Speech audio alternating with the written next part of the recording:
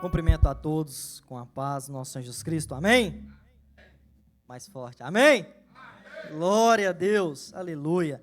Irmãos, vou fazer a leitura rapidamente do texto, e aí os irmãos podem assentar com a Bíblia aberta, por favor.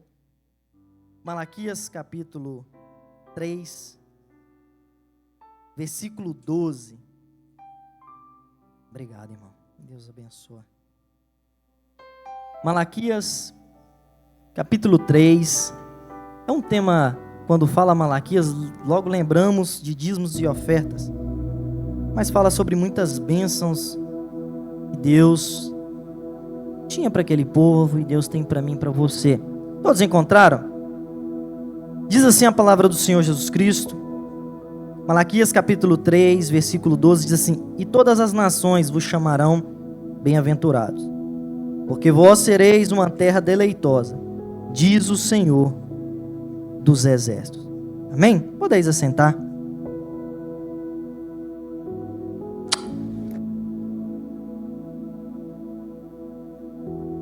A palavra de Deus, escrita pelo profeta Malaquias,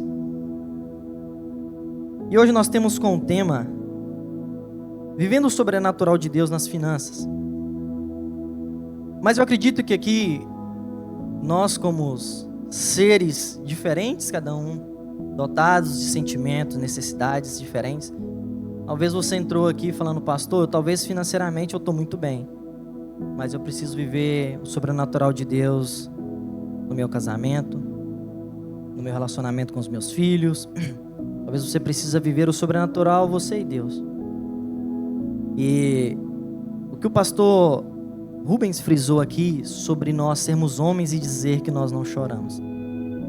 Não que nós não nos tornamos, deixamos de ser homens porque choramos ou porque às vezes nós abrimos o coração. Mas eu tenho aprendido que às vezes nós temos deixado pessoas se irem sem a gente falar com ela o quanto nós amávamos, por nós termos essa masculinidade, né? E às vezes nós somos homens para tantas coisas, e às vezes nós não somos homens o suficiente para falar para os nossos filhos, para a nossa esposa, para o nosso pastor, para o nosso amigo, irmão de igreja, que nós o amamos. Nós precisamos quebrar esses tabus, e não é porque nós dizemos que amamos, não é porque nós abraçamos, não é porque nós damos um beijo no nosso irmão, é porque nós deixamos de ser homem. Pelo contrário, isso prova que nós somos homens que amam e têm a Deus dentro de si. Jesus andava com os homens ali, e a Bíblia fala que Jesus os saudava com um beijo no rosto. Isso demonstrava profunda intimidade, compaixão. E o que nós precisamos trabalhar nesses dias atuais é quebrar essa masculinidade. E quantas das vezes nós somos homens e não temos coragem de demonstrar fraqueza. E na verdade somos seres que às vezes estamos extremamente fortes, mas às vezes estamos também extremamente fracos, cansados. Não porque Deus nos desamparou, ou porque nós somos mais crentes ou menos crentes, porque nós somos seres que iríamos e vamos passar por dias difíceis na terra. Mas o Senhor faz promessas que Ele estaria conosco em todos esses dias.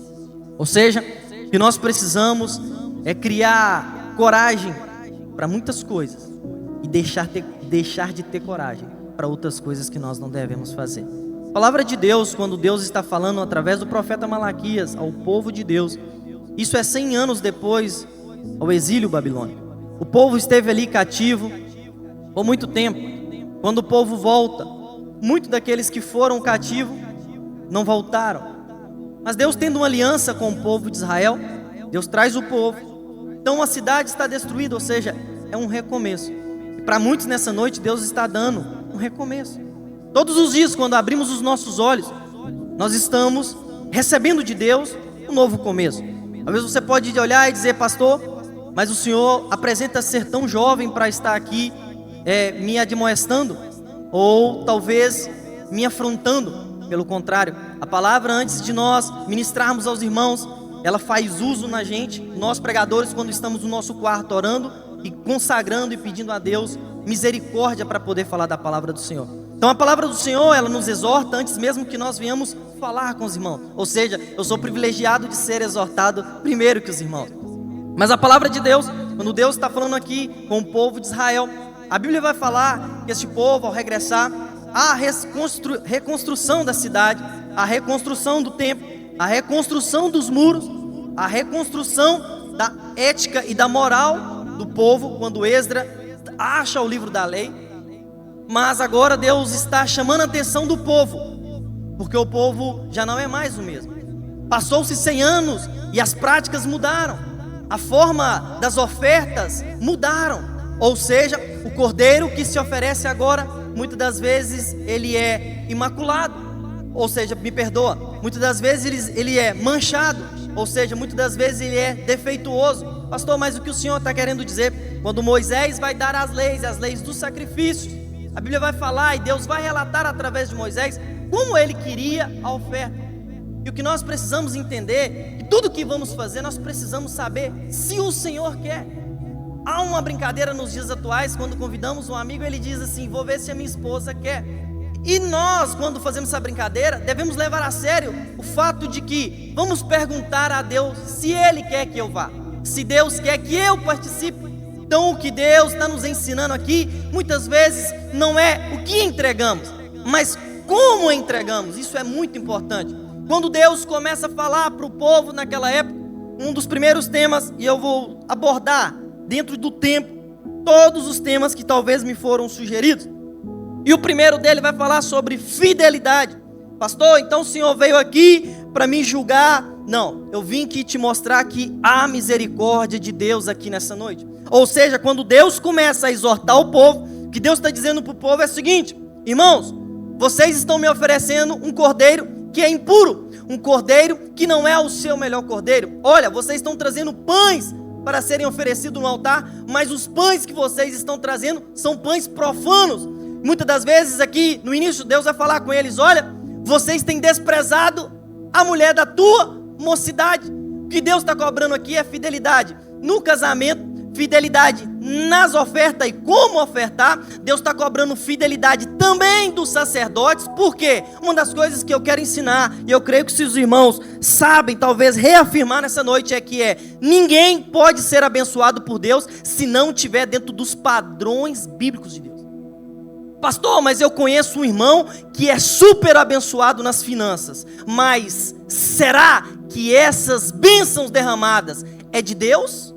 Porque aquilo que é de Deus sempre volta para Deus. Quem lembra aqui de Ana, quando teve o menino Samuel, depois de ser estéril? Ela falou assim: Senhor, se o Senhor me der, eu entrego ao Senhor. Ou seja, quando somos abençoados e as bênçãos vêm do Senhor, entregamos para o Senhor. Ou seja, pastor, eu tenho uma família abençoada, então eu entrego a minha família ao Senhor. Pastor, eu tenho um trabalho abençoado, eu também entrego ao Senhor, porque é do Senhor, e o Senhor, tudo que nós temos tem que servir de adoração ao nome do Senhor. Então o que Deus está falando com o povo, primeira coisa está faltando fidelidade.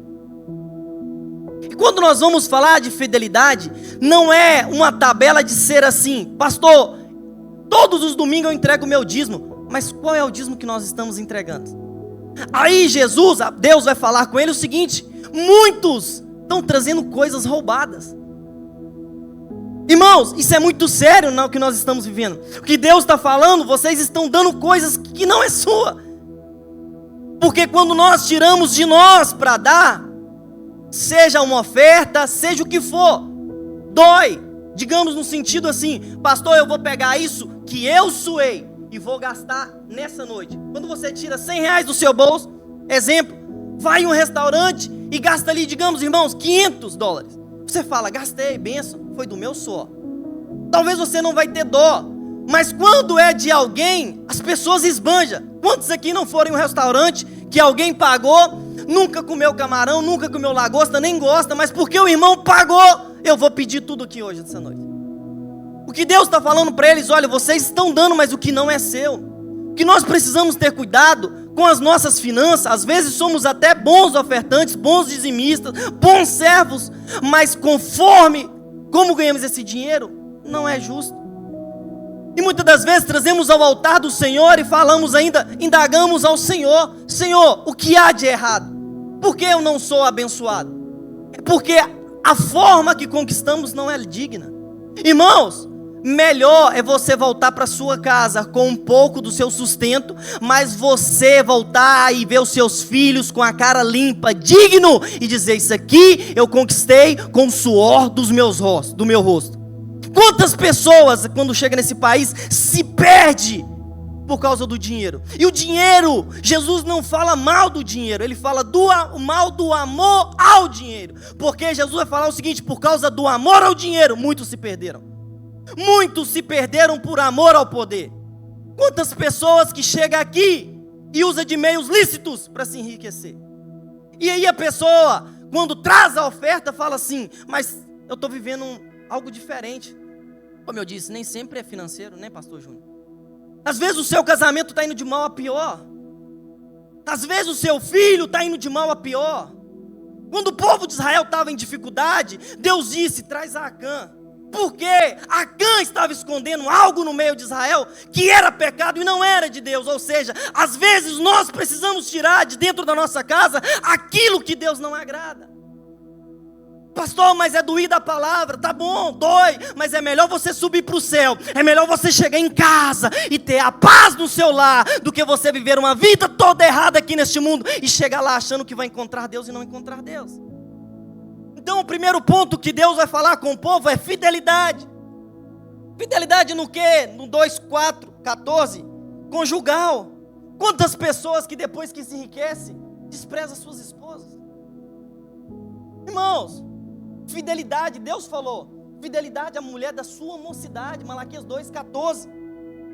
Ministerial aos sacerdotes, porque os sacerdotes deixavam que as coisas estivessem indo de mal a pior. Mateus 5:23 e 24, Jesus vai falar sobre a oferta. E Jesus vai falar o seguinte: olha, se você trouxer a sua oferta ao altar e lembrar que porventura você tem algo contra o seu irmão, não entrega. Pastor, o que o senhor quer ensinar? Deus não está preocupado com o seu dinheiro. Deus está preocupado com o seu coração. E Deus está preocupado é com sua alma. Então, às vezes estamos vivendo uma vida tão corrida que nós não nos preocupamos com o nosso relacionamento com os nossos irmãos. E às vezes, por ser homens, esquecemos do me perdoa, me desculpa, eu errei. Às vezes dentro do nosso lar, por sermos o homem da casa, não pedimos perdão às nossas esposas, os nossos filhos. Então o que nós precisamos entender é que Deus, Ele não está preocupado com o seu dinheiro. Deus não está preocupado com o meu dinheiro. O que Deus realmente pede é um coração contrito e quebrantado. Bíblia, isso Ele não rejeita. Ou seja, o que precisamos entender é que a fidelidade é o ponto 1. Agora, com qual propósito eu faço isso, pastor? Quando você traz a sua oferta, quando você cuida da sua família, quando você oferece a sua família ao altar e diz: Senhor, a minha família, os meus filhos são seus, o que você está fazendo é a continuidade do reino de Deus. Aí quando Ana entrega e fala: olha, em um tempo corrupto que os sacerdotes ali estavam corrompidos, Eli e os seus filhos, porque Eli se corrompe porque ele não corrige os filhos. Ana, quando entrega Samuel, a Bíblia vai dizer que Deus abre a madre dela, ela não tem só Samuel, ela tem muito mais filhos. Porque quando nós entregamos no altar de Deus, estamos dando continuidade geracional na igreja, na população, no reino de Deus, até que o Senhor venha. Então o propósito de sermos fiéis a Deus, para viver o sobrenatural de Deus nas nossas vidas, seja financeiramente, seja materialmente, espiritualmente, é para que o reino de Deus continue. O dinheiro é só um detalhe. Pastor, mas por que nós ofertamos e dizimamos? Porque nós precisamos de um templo. Nós precisamos ajudar quem tem necessidades financeiras. Obrigado. Terceiro, eu prometo que eu termino dentro do cronograma. E os irmãos estão me entendendo? Gratidão. Pastor, como assim gratidão? Jesus fala, a palavra de Deus fala: seja fiel comigo no pouco, pois no muito eu te colocarei. Irmãos, isso aqui é muito sério. Quando Deus está falando sobre fidelidade no pouco e Ele coloca no muito, é que às vezes damos desculpa, né? E não levamos a nossa família para comer uma pizza porque nós ganhamos pouco. Às vezes falamos que não somos ofertante ou dizimista porque ganhamos pouco. E quando estamos no muito, tão pouco fazemos da mesma forma que quando ganhávamos poucos. Porque o que eu quero ensinar para nós aqui, que os irmãos nessa noite, que o dinheiro ele tem um poder de potencializar as pessoas. E é por isso que para muitos, Deus não vai dar esses recursos sobremaneira, simplesmente o suficiente para viver. Pastor, como assim? Sim, o pão nosso de cada dia não vai faltar, mas também não vai sobrar da forma que imaginamos. Por quê? Porque muitos, quando chegar no muito, não vai se lembrar do Deus do pouco. E aí, o que nós precisamos entender, entre fazer o meu ego, fazer o meu gosto, e entre me perder, o Senhor, Ele prefere contrariar todo o meu ego, toda a minha vontade, do que me perder. Às vezes, quando não recebemos aquilo que pedimos, questionamos, pastor Rubens, e dizemos: Senhor, por que não eu? E depois lá na frente o Senhor não nos responde, mas lá na frente nós temos o discernimento porque Deus não nos deu. Quantas pessoas que nós perdemos, irmãos, nessa caminhada? Quantas pessoas que nós perdemos? Aí as pessoas querem dizer: pastor, mas o dinheiro é ruim. Não é, dá o seu para mim. Brincadeira. O dinheiro ele serve para nos dar uma vida confortável. Se você tiver domínio sobre dinheiro e o dinheiro não tiver domínio sobre você, você é um grande instrumento nas mãos de Deus. Não estou dizendo que Deus só usa quem tem dinheiro. O que eu quero dizer é que quando você tem o dinheiro, mas você tem Deus no seu coração e o dinheiro não é o seu rei, mas você domina ele, o dinheiro, você pode fazer grandes coisas, como ação, caridade, ajudar um irmão. Irmão, a nossa piedade está se acabando. Quantas das vezes nós não temos coragem de ajudar um irmão? Quantas das vezes nós não temos coragem de ir ali comprar uma cesta para o irmão? Ou até mesmo trazer as ofertas e os dízimos, porque nós achamos que está nos roubando. Só que o Senhor, antes dele fazer promessas de bênção para a nação de Israel, ele trata os problemas da nação de Israel. O que nós precisamos entender é que as bênçãos, a Bíblia fala que elas correrão atrás de nós. As bênçãos é consequência de uma vida de obediência. As bênçãos, ela é uma consequência daquilo que vivemos dentro do nosso quarto. Intimidade com Deus, intimidade com a nossa família. As bênçãos é consequências daquilo que nós vivemos quando saímos daqui. Porque nós viemos aqui, nos enchemos, aprendemos de Deus, e quando vamos lá fora, aí sim, como vamos reagir diante de tantos desafios e com todo o conhecimento que nós temos? Então, gratidão, quando Jesus vai ver que os ricos davam ali, mas a forma que eles davam não era uma forma que chamou a atenção de Jesus. Mas quando ele vê uma pobre viúva entregando simplesmente 2 moedas, isso chama a atenção de Deus. O que é gratidão? Gratidão não é a quantidade que você tem, mas aquilo que você tem, você entender que foi Deus que te deu. Que precisamos entender que pessoas com às vezes poucas quantidades vivem melhor do que pessoas com grandes quantidades. Por quê? É a forma que você trata aquilo que Deus te deu. Quanto de nós aqui talvez não valorizamos a vida? Eu acredito aqui que estou falando para a maioria de homens casados, que têm filhos, esposas. E a pergunta que eu te faço agora, vocês imaginassem, colocassem vocês, e uma pergunta, eu vi isso na internet um dia, um pastor fez essa colocação, eu achei muito interessante. Colocasse você numa ilha agora, você tivesse tudo que você imaginar, do melhor, do bom e do melhor.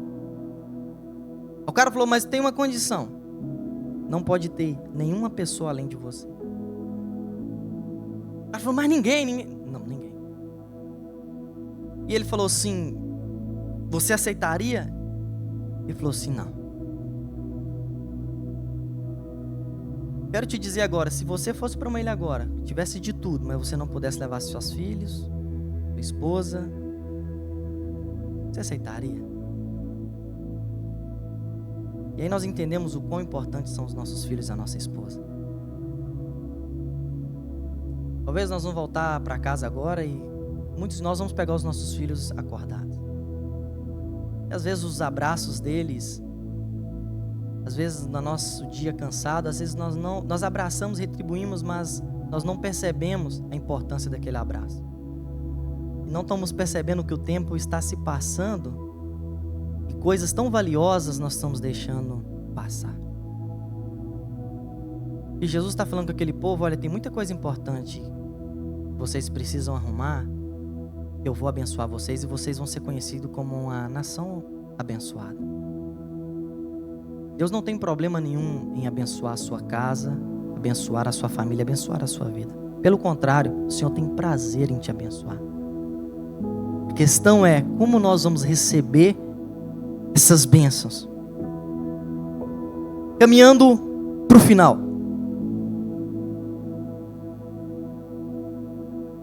Vamos falar agora sobre a união conjugal. O que impede muitas das vezes de nós acessarmos o sobrenatural de Deus? Divisão conjugal. A palavra do Senhor diz em Marcos 10, 8, diz: serão uma, repete comigo, uma só carne. O que Deus está dizendo? Uniu. Eu não estou celebrando casamento aqui. Uniu. Está todo mundo junto. O mesmo time. Quando eu casei há 10 anos atrás, o que eu tinha, estávamos lembrando esses dias, me dando risada, eu e minha esposa. O que tínhamos, eu tinha, né? Era uma cachorra e a vontade de formar uma família. Quando comecei a planejar para casar, eu era um servente de pedreiro. E aqui, se alguns irmãos foram um dia, eu não menosprezo, porque eu fui. Depois já estava me graduando, estava me tornando um pedreiro. E depois, com o tempo, eu fui para a mecânica, a qual estou até hoje. Quando casamos, ou até mesmo antes de casar, mas uma das coisas, quando nós casamos, nós falamos acerca da divisão do dinheiro, como seríamos. E em muitos casos, os homens ganham mais que as mulheres. Hoje, em alguns casos, as mulheres ganham mais do que o homem. Mas isso não quer dizer nada, isso são só números. Quando a Bíblia fala se tornar uma só carne, é entender o que nós agora vamos nos completarmos. Não é olhar para um, para o outro e tentar achar os defeitos, não. Mas é o que faltava em mim ter nela e o que faltava nela ter em mim quando unirmos, nos tornarmos melhores. Então, o que precisamos entender, que o que impede às vezes de nós acessarmos esses lugares também, é a divisão dentro dos nossos lares. Olha o que Eclesiastes 4:9 vai dizer assim: é melhor serem dois do que um, porque tem melhor paga do seu trabalho.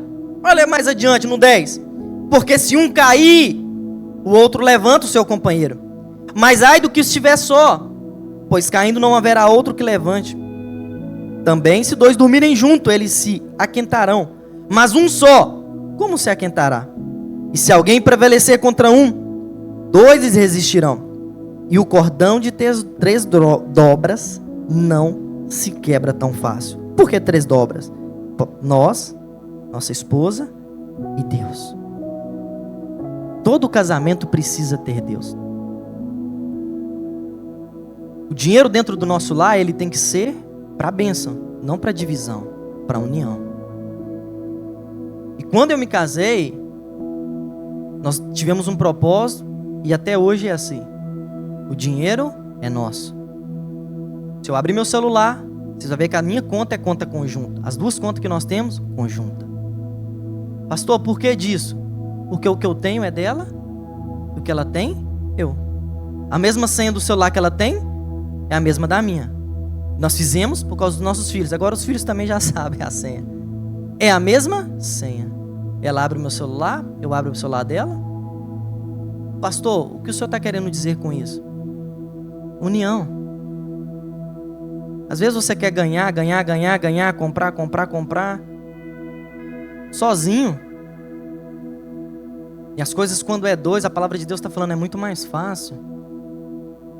Ser fiel ao Senhor, servir ao Senhor em dois é muito mais fácil. Então, ou seja, o que nós precisamos entender é que precisamos não ter divisão dentro do nosso lar. O carro é de quem? O carro é nosso. O problema é de quem? O problema é nosso. Ganhou todo mundo. Perdeu todo mundo. É assim que eu costumo dizer lá em casa. Se teve um prejuízo, todo mundo tomou o prejuízo.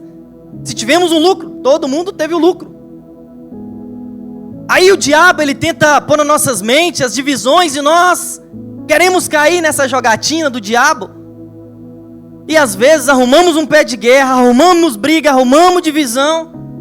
E o tempo está passando, o que é mais precioso é o nosso tempo. E aí ficamos uma semana emburrada, 2 dias emburrada, 3 dias emburrado por causa de uma coisa que nós sabemos que quando morrermos não vamos levar nada. Então, pastor, o que o senhor me aconselha? Seja unido em tudo. Nos problemas, nas vitórias, nos desafios, em tudo. Em tudo. Pastor, mas como administrar o dinheiro? O que eu falei da união? Cada um se complementa. Se você não é bom em administrar sua esposa, é bom administrar? Usufrui disso. Se ela não é boa para administrar, você é bom para administrar? Usufrui disso. Mas isso não pode te tornar você um homem frágil. Quem é o homem dessa casa? Sou eu. Quem é o morador dessa casa? Sou eu. O que está acontecendo aqui? Entender, irmão, entender que alguém é melhor que você em algo, isso não é sinal de fraqueza, não. Isso é sinal de forte que você é. Quantas vezes nós estamos no nosso trabalho, não sei qual desafiado vocês são, às vezes a gente chama e fala, faz isso aqui porque você é melhor do que eu nisso aqui. E na igreja precisamos ser assim. E uma das coisas que nós precisamos resgatar dentro da nossa igreja, dentro do nosso convívio de amizade, é ter liberdade de conversar uns com os outros. Às vezes nós não temos coragem de abrir e falar, irmão, pastor Júnior, eu preciso da ajuda do senhor nessa área. Ou outro vai vir, pastor Rubens, eu preciso. Ou você vai vir no pastor, falar com o pastor, pastor Orley, quase que eu esqueci o nome dele. Eu preciso me abrir com o Senhor. A Bíblia fala sobre nós ajudarmos uns aos outros. O que nós precisamos entender é que por causa de coisas bobas nós não acessamos coisas grandiosas. O povo não entrou na terra prometida por besteira. Isso deu uma loucura em Josué e Caleb. Porque os caras falaram assim, olha, rapaz, o negócio lá é bom demais que Deus nos prometeu. E se Deus nos trouxe até aqui, nós vamos conseguir. Nós vamos entrar. Aí por causa de um obstáculo, por causa que as pessoas viram ali, nós não vamos acessar, isso contaminou todo mundo. Tem coisas que para nós são impossíveis, mas a palavra de Deus diz que para Deus tudo é possível. Encerrando. Já. Pastor, o senhor está me convidando a ser perfeito? Sim, lá no céu. Vamos ter alguns deslizes, infelizmente. Vamos chatear alguns irmãos. Mas o que eu quero dizer é que às vezes falta a gente reconhecer que nós somos carentes, necessitados da graça de Deus. Quando você estiver lá, abençoado com a sua casa, espaçosa, talvez que você sonha, vai ter gente para ir lá? Sua família vai querer ir, seus filhos vão querer ir. Quando você comprar um carro mais novo, para quem que você vai mostrar o seu carro? Coisas não são mais importantes que pessoas, porque Jesus mostrou que as pessoas são mais importantes que coisas. E aí o que nós precisamos entender, quando nós não temos um coração de pedra, mas nós temos um coração aberto à vontade de Deus, nós honramos a nossa casa, honramos nossos filhos, honramos a nossa esposa, honramos a nossa igreja, honramos nossos líderes. Não tem como não ser abençoado. Não tem como. Obedecendo ao Senhor, então quer dizer, pastor, que quando Deus fala em Deuteronômio, que Ele coloca diante do povo bênção e maldição, quer dizer que Deus está querendo comprar as pessoas? Que Deus está mostrando para ele é o seguinte: eu sou fiel. Quem é justo, eu sou justo. Quem é infiel, eu sou infiel. Deus não é infiel, me perdoa. Me perdoa. Quando Deus está falando, vocês são justos, eu sou justo. Quando vocês praticam infidelidade, não espere de mim que eu seja justo com vocês. Porque Deus não é um pai que, independente que o filho faça por seu preferido, Ele vai dar. Deus não tem um filho predileto. Deus não faz acepção de pessoas. Então quer dizer, o que Deus está dizendo é o seguinte: eu estou falando para vocês é o seguinte: são fiéis, são obedientes, fez a escolha certa, serão abençoados. Não fizeram a escolha certa, não foram obedientes, não vai receber as bênçãos do Senhor. Eu quero que você coloque de pé nessa noite.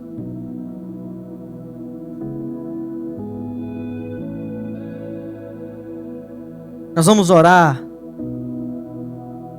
Eu queria que nessa noite você esquecesse o homem que você se tornou. E às vezes a vida foi dura. Em meio a essa dureza, às vezes a gente se torna duro, né? A gente quer se tornar insensível. Só que o Senhor não nos chamou para viver dessa forma. E nós, aqui debaixo da autoridade de Deus, com o pastor Rubens e o pastor Júnior, os obreiros da igreja, eu queria orar por você nessa noite. E uma das coisas que nós precisamos é ser reais com nós mesmos. Entender que somos carentes e precisamos da graça, do amor de Deus. Pastor, será que eu vou sair daqui nessa noite transformado? Uma escolha sua. Mas eu sou salvo, eu sou crente, não impede você de ser melhor. O que eu quero é que você aprenda, talvez essa noite, a plantar de uma forma que você ainda não plantou. Eu queria chamar você aqui na frente para orar para você. Eu não quero que você me fale a causa da sua oração, mas Deus conhece o seu coração. Eu queria que você viesse e apresentasse essa causa diante de Deus e falasse assim: Senhor, eu quero ser diferente daqui para frente. Quero ser um homem melhor. Quantos de nós, por não receber um abraço de nossos pais, nós não queremos abraçar os nossos filhos? Quando meu filho, o pastor Júnior, nasceu, eu tive uma dificuldade, porque meu pai era um pai maravilhoso, mas meu pai era um pai muito sério. E com a minha filha, primeira que nasceu, foi uma princesinha, é muito fácil beijar. Quando meu filho nasceu, eu tinha dificuldade de beijar o meu filho, e um dia minha esposa observando e ela me conhecendo, eu fui sincero, eu sempre fui sincero com ela, eu disse: estou tendo dificuldade porque não é porque eu não amo meu filho, eu amo ele, mas é porque eu não fui criado dessa forma. Eu fui começar a beijar meu pai depois, na velhice, já com seus 50, 55 anos. E eu falei com ela: tranquilo que o momento certo vai chegar. E no momento certo eu comecei a abraçar, eu comecei a beijar ele. Eu comecei a ver que o sexo dele não diferenciava o amor que eu senti por ele. O que eu estava passando para ele era alguma coisa que não foi criado na minha infância. Meu pai era um pai muito amoroso, tratava, cuidava, ensinou os caminhos do Senhor, mas ele não era aquele pai que sempre abraçava, beijava. E eu estava entrando no mesmo caminho, mas eu percebendo isso dentro de mim, eu falei, eu não posso ser assim. E eu falei com a minha esposa, não é falta de amor, é só questão de tempo. E de repente eu começo a abraçar, eu começo a beijar. E uma das coisas que eu procuro sempre fazer é abraçar e beijar os meus filhos e a minha esposa. E às vezes dentro de mim eu não sou a melhor pessoa que eu quero ser. Às vezes, como disse Paulo, o bem que eu quero fazer, esse nem sempre eu faço, mas o mal, esse sempre sim eu faço. O que eu quero te apresentar é um Deus que te perdoa e te dá a oportunidade de ser melhor. Talvez nessa noite você vai desbloquear algo na sua vida que tem te pedido de acessar o sobrenatural de Deus na sua vida. Que Deus está querendo dizer é o seguinte: o que você viveu não importa. O que eu quero é que você viva daqui em diante algo que você nunca viveu e é muito maior do que você viveu nesses últimos dias. E meu filho, ele é meio bruto.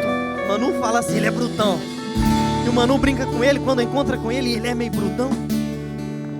Mas quando você abraça ele, eu quero ministrar para vocês, irmão.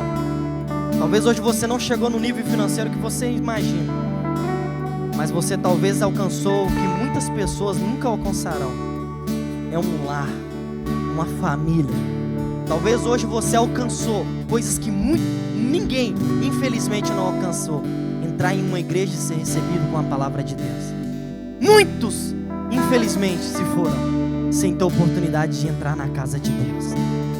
E hoje o Senhor te chama para viver o sobrenatural na sua vida, seja qual área seja, não me importa. Eu creio que o Senhor nessa noite vai derramar sobre a sua vida a unção, e você vai começar a reagir de forma diferente. Eu quero orar por você aqui na frente. Eu quero o primeiro homem aqui nessa frente para nós orarmos, chorarmos e nos quebrantarmos diante de Deus.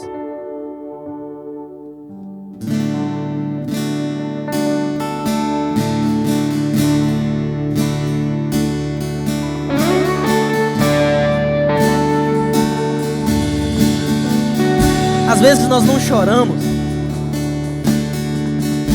mas Jesus, quando chega diante do túmulo de Lázaro, o amigo dele, ele chora. Jesus demonstrou o sentimento dele de choro, de alegria. Muitas das vezes ele demonstrou o amor dele contrário às coisas que se faziam pelos sacerdotes daquela época. Jesus não teve problema em demonstrar o seu sentimento. E o que nós precisamos entender é que quando nós choramos, nós nos sentimos mais leves. Porque chorar para Deus é chorar com alguém que vai dizer para você, vai, mas não faça mais dessa maneira. Que você está tendo a oportunidade aqui nessa noite Deus mudar a sua história. Talvez voltar para o seu lar e começar a ser diferente com o seu filho, com a sua filha, com a sua esposa, no seu âmbito de trabalho, com seus pais. Essa noite eu creio que o Senhor, Ele vai quebrar cadeias, Ele vai quebrar prisões, Ele vai quebrar sentimentos do passado, a qual não é mais para você carregar, não é mais para você viver e nem muito menos aplicar no seu dia a dia. Eu comentava com minha esposa hoje que uma das frases que eu crescia ouvindo era dizendo assim: eu nasci assim, eu vou morrer assim. Isso é mentira do diabo. Nascer assim não foi uma opção, não foi uma escolha, mas morrer da forma que você está indo é uma escolha, e Deus hoje te dá uma oportunidade. Nós como pastores vamos começar a orar por você. Se você tiver algo em especial, quando um pastor estiver orando por você, eu vou descer aí para orar com os irmãos. Gostaria que se você se sentir livre, expor o pedido da sua oração. Amém? Feche os seus olhos e nós vamos descer aí e orar pelos irmãos e abençoar os irmãos em nome de Jesus.